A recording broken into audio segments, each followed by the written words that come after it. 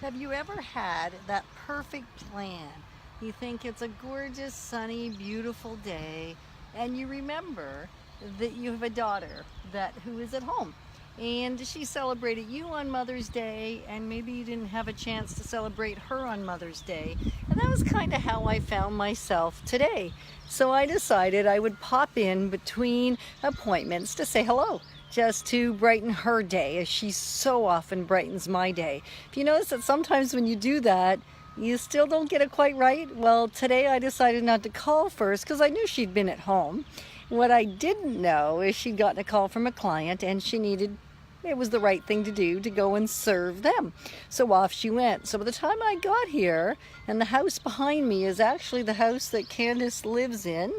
I don't know if we can catch a good angle of it or not because of the way the sun is today.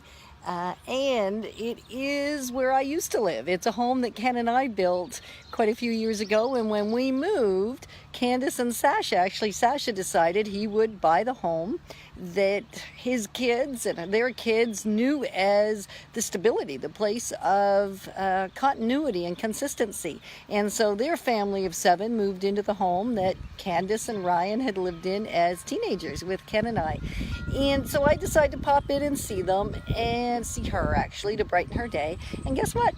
She wasn't here. She'd gone off to help and serve. So I snuck into her house. Good news was I knew how to get in. Isn't it great when you know how to get into places? Have you ever found that there's some places that you have the inside scoop, and that just adds a whole layer of goodness, I guess. So I snuck in, and I decided that what I needed to do was write her a few notes. I had given her for her birthday, I don't know if you recall or you got to watch a video earlier that I talked about her birthday being a time to celebrate her, and I wanted it to keep it going for at least a week, and then I thought a month, and then I thought, well, maybe a month and a half would be the right time. So I wrapped up about 1.5 months worth of gifts and put them all together, and then I've been writing notes to go with each gift. And so at her house, I snuck into her cupboards because I didn't have cards with me, and found a few and wrote her some more notes as she was running out of the cards. Still lots of gifts. I was just a little delinquent in getting all the cards to her.